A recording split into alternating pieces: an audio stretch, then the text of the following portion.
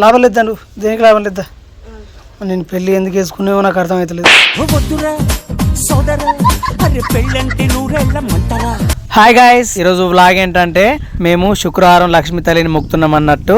దానికోసం అని బంతి పూల కోసం ఇక్కడికి వచ్చినాం కొరుట్లకు. ఇంకా ఇదే కాకుండా ఇంకో కొన్ని పనులు కూడా ఉన్నాయి. ఆ పనులు అన్ని చూసుకొని వెళ్తాం. ఇప్పుడు ఈ పండ్లతో సహా అన్ని తీసుకున్నది అయితే అయిపోయింది. ఇప్పుడు ఇంటికి వెళ్ళుడే. ఒకసారి మా సామాన్లు చూడు ఎన్ని తీసుకున్నామో. కోడి, బంతి పూలు, మల్లె పూలు, ఇంకా నా చేతిలో ఒక కోడి ఉంటుంది చూడుర్రి. ఇగో నా దగ్గర కోడి, పండ్లు ఇవన్నీ తీసుకున్నది అయితే అయిపోయింది. ఇప్పుడు డైరెక్ట్ ఏంటంటే ఇప్పుడు ఇంటికి వెళ్ళడమే. ఒక డబ్బులు కొట్టలేదు, ఆ డబ్బులు కొట్టేస్తే కథం అయిపోతుంది. అంటే నా డబ్బులు అయితే నేను కొట్టినా, సాగర్ పైసలు కొట్టాలి. మా అమ్మ అయితే వచ్చింది ఇంటికి. నైవేద్యం వండుతుంది. అండ్ ఇవేంటి ఉలువలు, ఉలువలు ఉడకబెడుతుంది అన్నట్టు. ఇటు నైవేద్యం ఉలువలు రెండు ఒక్కటేసారి అవుతున్నాయి.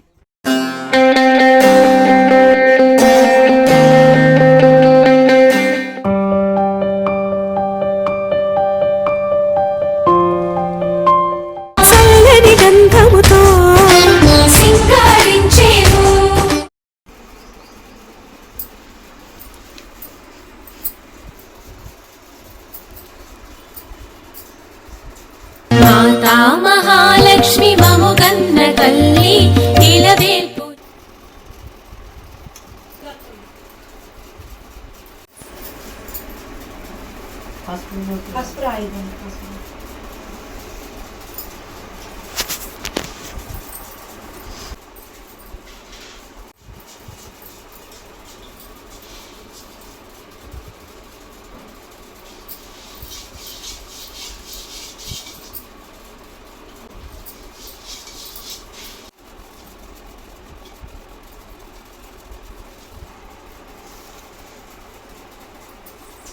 మేము మొక్కున్నదైతే గిట్లనే. ఇక కొందరంటే ఎన్నో తీర్ల మొక్కుంటారు. ఉన్నోళ్ళు ఉన్న తీరు మొక్కుంటారు, లేని తీరు మొక్కుంటారు. ఇక మేమైతే మాకు పూజారి అన్నది ఏముండదు. మేమే పూజారులం, మేమే భక్తులం, మేమే మొక్కుంటాం. సరేనా? ఈ లేనిది ఇట్లా మొక్కుంటుండు, పూజారి రాడా, మరి లక్ష్మీదేవిని మొక్కుంటే పూజారులు ఉంటారు కదా అని అనుకుంటారు కదా. మేము పూజారులు వినిపించుకోం. ఒకవేళ పూజారులు వినిపించుకోవాలనుకుంటే మేక మొక్కుంటారు చూడు, అప్పుడు పూజలు తెచ్చుకుంటాం. ఈ కోళ్ళ మొక్కుకు మాత్రం మేమే చేసుకుంటాం. మీరు కూడా చేసుకోవచ్చు. ఆ దేవుడు కోపం చేస్తాడు కావచ్చు అని అనుకుంటాం. దేవుడు ఏం కోపం చేయదు. మన మనసు పూర్తిగా మనం మొక్కితే ఆ దేవుడు మనల్ని కరుణిస్తాడు. ఇలా ఒక్కసారి నేర్పింది అనుకో, వాళ్ళు ఎప్పుడు చేసుకుంటారు. ఎందుకంటే అది ఒకటి తెలితే ఒకటి తెలియదు కదా. మేమంటే అప్పటి నుంచి మొక్కుంటూ వచ్చినాం. వాళ్ళు ఇప్పుడు కొత్తగా కాబట్టి అలా ఒకటి తెలితే ఒకటి తెలియదు. కానీ ఎప్పటికైనా అర్థం చేసుకోండి, ఇట్లా దేవుని మొక్కున్నప్పుడు మాత్రం పిల్లల మొగలు ముఖం మార్చుకోవద్దు. అర్థం చేసుకొని భార్య భర్తలు నవ్వుకుంటా మొక్కాలి. అటు ఇటు పూలదండ లెక్క, పూలదండ లెక్క అని చెప్పిన కదా. ఆడ జుట్టు మొల ఆడ ఉంటుంది కదా, చిన్న మొలలు ఉంటాయి ఆడ జుట్టు. ఎందుకంటే మంచిగా నేర్చుకోవాలి, మైండ్లో పెట్టుకోవాలి. ఇట్లా మొక్కుతుందంటే గిట్లనా గట్లనా అనుకోవాలి. పెద్ద విషయం కాదమ్మా. ఇగో ఇట్లా పట్టు వరుసుకోవాలి. అన్నిటికంటే ఎక్కువ ఈ ముగ్గు అంటే చాలా ఇష్టం దేవునికి. మేము ఇప్పటి నుంచి కాదు అప్పటి నుండి ఇట్లనే ఎత్తాం. ఆ దేవునికి చాలా ఇష్టం. ఇక్కడ గాజులు కింద పెట్టిన చూడు అటు ఇటు. ఇవి రజిత పూజలన్నీ అయిపోయినాక దేవునికి మొక్కి గాజులు వేసుకోవాలి. అటు ఇటు పెట్టినాయి. ఇక అక్కడ పెట్టినాయేమో ఆ దేవునికి గాజులు, దువ్వాన, అద్దం, మన బొట్లు, పసుపులు అక్కడ ఆ దేవునికి బాగా చాలా ఇష్టం అట ఇలా పెట్టుకుంటే. కానీ మేము ఎన్ని మొక్కిన దేవునికి తక్కువనే, కానీ ఎక్కువ మొక్కటలు కూడా చాలామంది ఉంటారు. బియ్యం ఎందుకు వస్తుందంటే ఆడొక్క కొబ్బరికాయ పెట్టినా కదా, కుడక పెట్టినా కదా, ఈడ కూడా ఒక కుడక పెట్టాలి. మీరు చూసుకోండి. మా లెక్క మొక్కుంటారు వాళ్ళని ఉంటే చూసుకోండి. ఎందుకంటే ఇక వాళ్ళు ఏమనుకుంటారో కానీ మా మొక్క అయితే గిచ్చనే ఉంటుంది. మీరు అర్థం చేసుకోండి. ఈ కోడిగుడ్డు, ఈ కోడిగుడ్డు ఎందుకన్నా, ఈ కోడిగుడ్డు ఎందుకు పెడతారా అనుకుంటారు కావచ్చు. ఈ కోడిగుడ్డు మంచిగా ఉంది చూడర్రి. అన్నిట్లలో ఇది ఒక్కడే గుడ్డు మంచిగా ఉన్నది. ఇదే పట్టుకొచ్చిన. ఈ కోడిగుడ్డు ఎందుకు పెడుతుంది, ఈ కోడిగుడ్డు దేనికి సంబంధిస్తుంది అని అనుకుంటారు కదా మీరు. ఈ కోడిగుడ్డు దేనికి సంబంధిస్తుంది అంటే, ఈ మొక్కులన్నీ అయిపోయినాక పసుపు రజిత మరి ఉన్నది ఉన్నది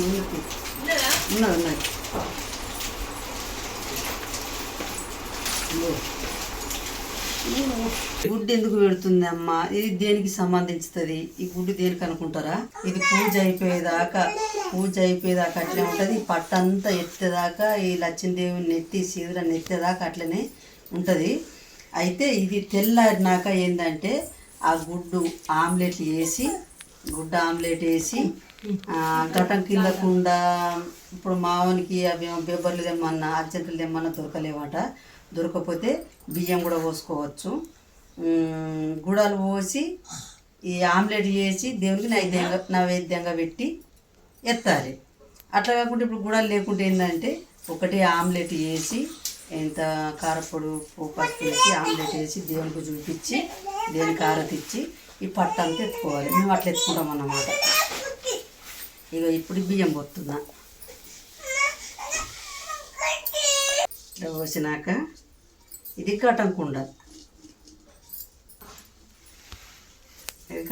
పెట్టిన ఎన్ని పువ్వులు పెట్టినా తక్కని దేవునికి. రజిత పువ్వులు ఇంకా అవి ఉన్నాయా?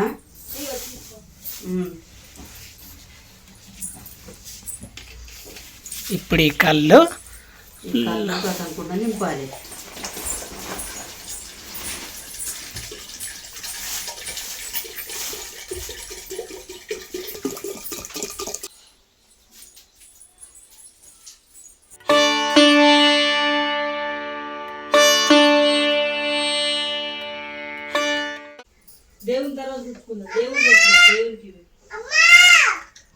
ఇట్లా నిండా ఇట్లా పోసుకోవాలి. మనం పోసి ఇట్లా కట్టెలు వేయాలి.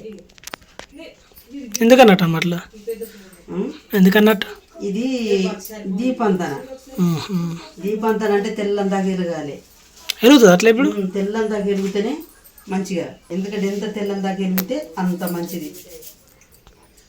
లేచినావా బంగారు నాన్న? లేచినావా? హాయ్ చెప్పు, ఇలాగ హాయ్ చెప్పు. హాయ్ బాయ్గా హాయ్.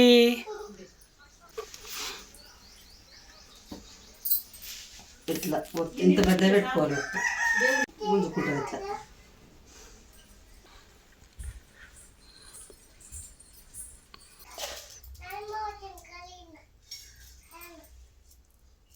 కొడుతుంది ఏమన్నా ఎవరైనా వెళ్ళిచ్చినా తీసుకోవద్దు, సరేనా? అమ్మ కొడుతుంది. తల్లి ఎర్రలక్ష్మమ్మ, ధనలక్ష్మమ్మ, భాగ్యలక్ష్మమ్మ, సంతానలక్ష్మమ్మ, శాంతలక్ష్మమ్మ, ఇంటి లక్ష్మమ్మ, హస్తలక్ష్మమ్మ, భూలక్ష్మమ్మ, మా కరుణించి కాపాడి మా పిల్లల్ని, మనవలని, మనవరాలని, కొడుకుల్ని, కోడల్ని, బిడ్డల్ని, మనవలని, మనవరాలని, మా ఇంటి కుటుంబం అందరినీ, మా అక్కల బలగమ్మ కుటుంబం అంతా, అందులో దేశం రాష్ట్రం అంతా చల్లగా కాపాడు తల్లి. నీ మంచి తల్లి. పూజలు చేయించుకో, పూజలు అందుకో, అందరికి ఆశీర్వాదం ఇయ్యి, అందరితో పూజలు చేయించుకో తల్లి. ఏకశరణం తల్లి. నీ బాంచని కాలు ముక్కుతమ్మ తల్లి. అష్టలక్ష్మి తల్లులకు నా శతకోటి వందనాలు. దేవుళ్ళు అందరినీ భక్తులే మంచిన తండ్రి, అందరినీ సేవకులే, అందరినీ కాపాడు తండ్రి. అందులో మమ్మల్ని కాపాడు. అందరు సంతోషంగా ఉంటేనే మీ పూజలు అందుకుంటారు, మీకు పూజలు చేస్తారు తల్లి.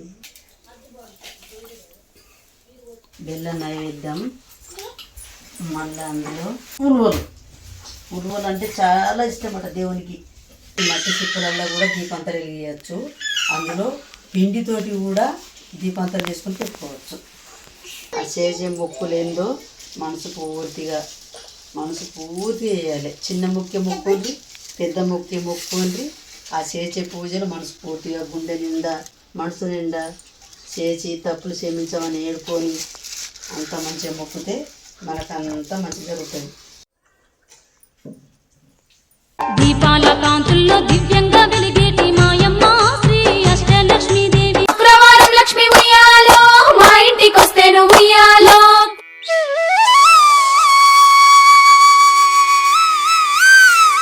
కొలిచిన వారికి కన్న తల్లిగా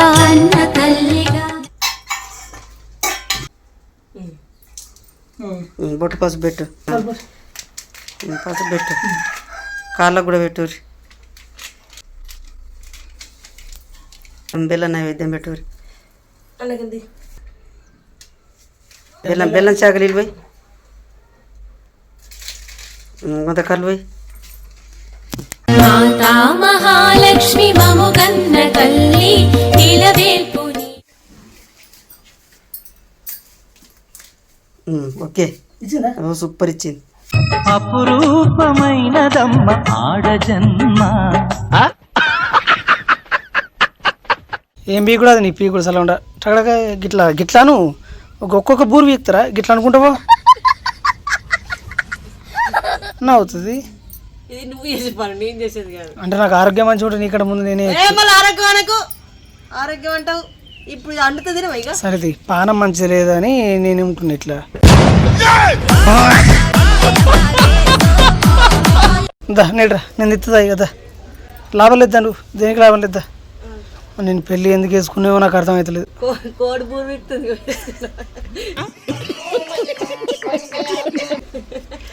మగనికి పానం మంచి లేనప్పుడు భార్యకి ఇట్లా దాంట్లో అరుచుకోవాలి. నేను అరుచుకుంటలేను, నీకు ఆరోగ్యం మంచి లేకపోతే నువ్వు కూడా ఇట్లా దాంట్లో అరుచుకోవాలి.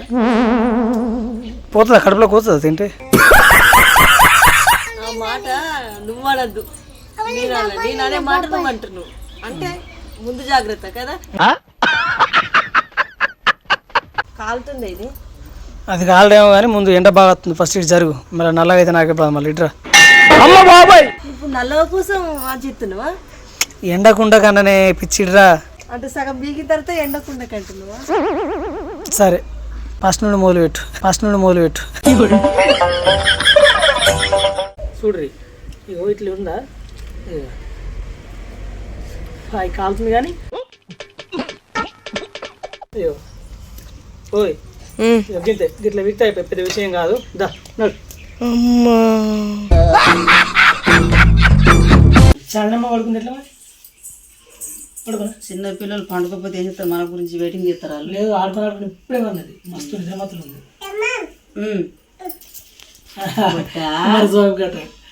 పెట్టిన కుమారితాని నానమ్మ కాదు, ఫస్ట్ నానమ్మ అని ఏం చేసిందంటే మళ్ళీ అత్తమ్మకి వచ్చింది. అత్తమ్మ అంట ఇప్పుడు అందరు అత్తమ్మలే. శ్రీ మహాలక్ష్మి నమోస్తుతే, శ్రీ మహాలక్ష్మి నమోస్తుతే.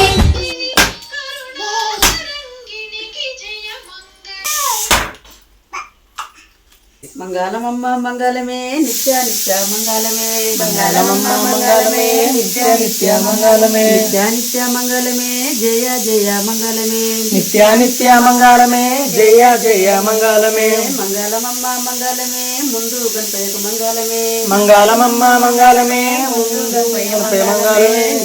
సిరులిచ్చు శ్రీలక్ష్మి జయ మంగళం, సౌభాగ్య లక్ష్మీ రావమ్మ అమ్మా. ఎట్లా నిన్నెత్తు కొందునమ్మ వరలక్ష్మి. వందనమమ్మ ఓ శ్రీలక్ష్మి. శరణం శరణం శరణం శరణం శరణం శరణం శరణు శరణు. తల్లి ఆశీర్వాదం తల్లి ఆడుకో తల్లి. శ్రీమాతా శ్రీ మహారాజ్ఞి శ్రీమత్ సింహాసనేశ్వరి. చరణం చరణం శరణం శరణం. చరణం చరణం. మా అమ్మురు ఇప్పుడు లేచి వచ్చింది. అమ్మకి చరణం చరణం గుడకాయ. ఇక మా మొక్కులు అయితే అయిపోయినాయి దేవుని దయ వల్ల. పొద్దున్న నుంచి మొదలు పెడితే ఇప్పుడు 5 అవుతుంది, 5 గంటల వరకు మా మొక్కులు అయితే అయిపోయినాయి. ఇక గిట్లనే ఓపికతోటి మేము ఎట్లా మొక్కినామో మీరు అట్లా మొక్కుండ్రి, మీకు అన్నీ మంచిగా జరుగుతాయి. ఇక అదొకటి, భార్య భర్తలు అయితే అస్సలు లొల్లి పెట్టుకోవద్దు. భార్య భర్తలు లొల్లి పెట్టుకుంటేనట లచ్చిన దేవుడు ఇంట్లో ఉండదట. ఇంటి ముందర సువ్వు లేకపోయినా లచ్చిన దేవుడు ఉండదట. కడపకు పచ్చగా పసుపు రాయకపోయినా లచ్చిన తల్లి ఉండదట. ఒర్రులున్నా నచ్చదు, తిట్టుకుడున్నా నచ్చది. అందులో అత్తల్ని హింసించద్దు, మామల్ని హింసించద్దు. మళ్ళా భర్త కూడా అత్తని మామల్ని హింసించద్దు, భార్య కూడా అత్తని మామల్ని హింసించద్దు. వాళ్ళు పెద్దోళ్ళ ఆశీర్వాదం తీసుకుంటే చాలా గొప్ప వయసు పెరుగుతుంది, మీకు చాలా మంచి జరుగుతుంది. మీరు భర్త కుటుంబమైనా భార్య కుటుంబమైనా ఇద్దరు మంచిగా చూసుకోవాలి. వీళ్ళ కుటుంబం ఎక్కువ కాదు, వాళ్ళ కుటుంబం ఎక్కువ కాదు. అట్లా చూసుకుంటేనే వాళ్ళు వచ్చిన తల్లికి సంతోషం అనిపిస్తుందట. లేకపోతే మస్తు కోపగించుతుందట. ఆ తల్లి ఇంట్లోకి రాదట. ఇంటింటికి లొల్లు ఉంటాయి, లొల్లు లేకుండా ఉండయి. కానీ ఇట్లా వస్తే అట్లా ఇచ్చి పెట్టుకోవాలి. భర్త కోపం వస్తే భార్య ఒక్క పట్టుకోవాలి, భార్య కోపం వస్తే భర్త ఒక్క పట్టుకుంటేనే వాళ్ళకు ఏ డోకు ఉండదు. నువ్వెంత నేనెంత అంటే లొల్లు పెరిగిపోతాయి, సంసారం అంతా ఇచ్చుకోపోతుంది. అందులో దేవుడు కోపం చేస్తుంది, దేవుడు ఇంట్లోకి రాదు, మనకు శని తగులుతుంది. మనకు అవన్నీ అద్దనుకుంటే భార్య భర్తలు మంచిగా ఉండుర్రి, దేవుళ్ళని మంచిగా మొక్కుర్రి, లొల్లు పెట్టుకోకుండా శుభంగా ఉండుర్రి. సరేనా? ఇక బాయ్.